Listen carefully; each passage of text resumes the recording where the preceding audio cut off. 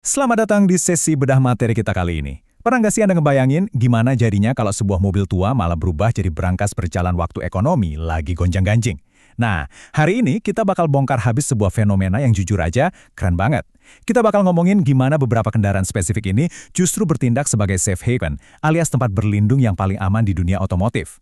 Konsep ini benar-benar bakal ngerubah total cara pandang kita soal depresiasi atau penyusutan harga mobil yang selama ini selalu jadi momok menakutkan. Oke, buat agendanya kita bakal mulai dengan ngebahas konsep The Automotive Safe Haven. Terus kita lanjut bedah ketangguhan permintaan dari Civic FD, utilitas premium dari Toyota Innova, kepraktisan harga dari Honda Jazz, dan kita tutup dengan strategi eksekusinya. Yuk, langsung aja! Bagian pertama, The Automotive Safe Haven. Gimana caranya kita bisa mengalahkan depresiasi kendaraan? Jadi gini, faktanya tuh luar biasa banget. Waktu ekonomi lagi nggak stabil, atau misal pas dolar lagi naik tajam, mobil-mobil tertentu malah nggak ngalamin penurunan harga sama sekali. Kok bisa gitu ya? Usut punya usut, ternyata buat beberapa mobil lawas ini, nilai fungsional dan kepopuleran mereka di pasar tuh jauh melampaui sisa umur mobilnya itu sendiri. Jadi, depresiasinya benar-benar berhenti total. Nah, semua ini berakar dari satu mekanika dasar yang simple tapi powerful, yaitu harga dasar atau bottom price. Intinya, ada di rentang harga sekitar 70 jutaan sampai 100 jutaan awal, di mana nilai pasar untuk sebuah mobil yang terawat dengan baik bakal jadi flat atau datar. Coba bayangin deh, harganya nggak bakal turun lagi dari titik itu. Titik harga ini ibarat tameng yang bikin investasi Anda praktis kebal dan aman dari yang namanya penyusutan harga. Kalau kita tarik mundur sedikit dan lihat secara makro, ada 3 kendaraan yang benar-benar kokoh bertahan di rentang harga dasar tadi. Dan yang bikin penasaran, mereka semua punya alasan masing-masing kenapa bisa ngelawan logika pasar. Ada Honda Civic keluaran 2007 yang desainnya emang timeless banget, lalu Toyota Innova 2006 dengan fungsi 7 penumpangnya yang super utilitas, dan pastinya Honda Jazz 2005 yang terkenal irit bahan bakar. Masing-masing benar-benar punya ilmu kebal depresiasi yang sangat spesifik.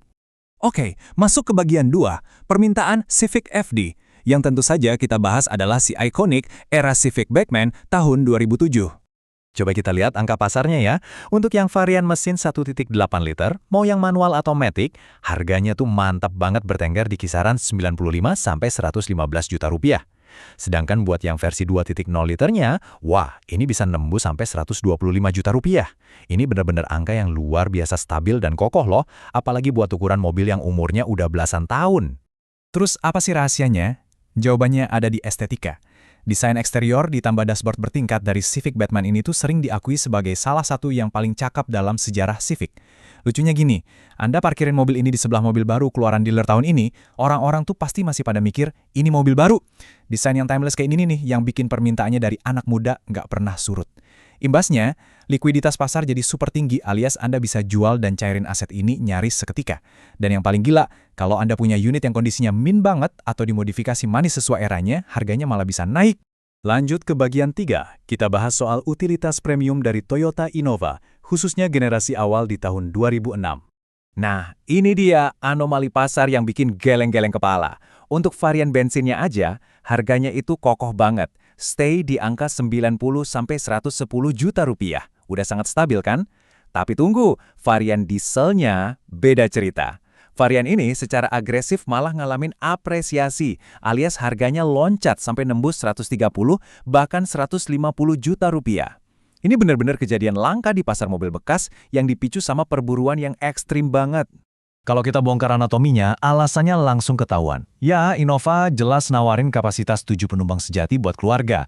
Tapi yang bikin mobil ini jadi semacam benteng ekonomi adalah sasis leather frame-nya yang tahan banting habis, plus mesin diesel 2K DFTV yang legendaris itu. Jujur aja, varian diesel ini posisinya di pasar mobil bekas udah kayak emas batangan. Besinya bandel banget, nyaris nggak bisa rusak. Jadi, di tengah harga mobil baru yang makin gila-gilaan, ketahanan ekstrim dan spare part yang gampang banget dicari sampai ke bengkel pelosok sekalipun, bikin Innova 2006 jadi pilihan utilitas yang paling rasional. Gak heran kan harganya terus beroket?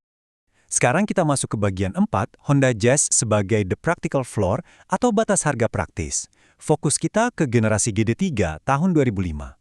Mobil yang satu ini benar-benar duduk santai di dasar harga yang sesungguhnya. Dan kalau kita perhatiin, ada kontras harga yang menarik di sini. Untuk varian IDSI, harganya mantap di kisaran 70–75 juta rupiah. Sementara buat versi VTEC yang terkenal tarikannya lebih responsif, harganya bisa melar dikit sampai ke 85 juta rupiah. Sebagai pionir hatchback modern di Indonesia, daya tarik Jazz ini simple tapi maut. Bensinnya irit banget dan perawatannya super murah. Belum lagi nilai fungsionalnya yang langsung meroket gara-gara fitur Ultra Seat. Gila sih, fitur ini bikin kabinnya fleksibel banget buat bawa barang bawaan apa aja. Kombinasi ini bikin Jazz jadi standar emas dan selalu jadi incaran nomor 1 buat anak kuliahan atau yang baru belajar nyetir. Karena permintaannya nggak pernah sepi, perputaran unitnya tuh cepet banget. Makanya harganya secara harfiah nggak bakal bisa jatuh lebih rendah lagi dari nilai fungsionalnya. Udah bener-bener mentok. Terakhir, bagian kelima. Ini yang paling penting, Smart Execution Strategy, alias gimana caranya mengamankan margin investasi Anda. Mengingat mobil-mobil yang kita bahas tadi harganya udah ada di lantai paling dasar, kunci sukses dari strategi ini ada di inspeksi awal. Pertama, wajib banget cek sasis dengan ketat, pastiin nggak ada bekas tabrakan berat. Kedua, harus yakin 100% kalau mobilnya bebas dari bekas banjir.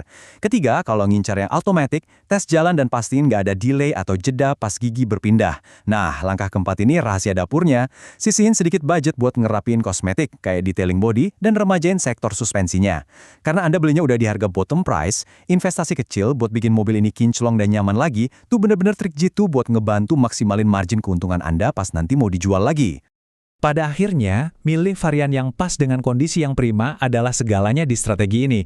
Jadi, buat persiapan terjun ke investasi Anda berikutnya nih, kira-kira Anda lebih butuh yang mana? Panduan inspeksi kritis khusus buat ngecek mesin Civic FD, atau malah butuh trik rahasia buat bedain mana komponen orisinal dan imitasi di Innova 2006? Tentukan pilihan Anda, dan sampai jumpa di bedah materi kita selanjutnya.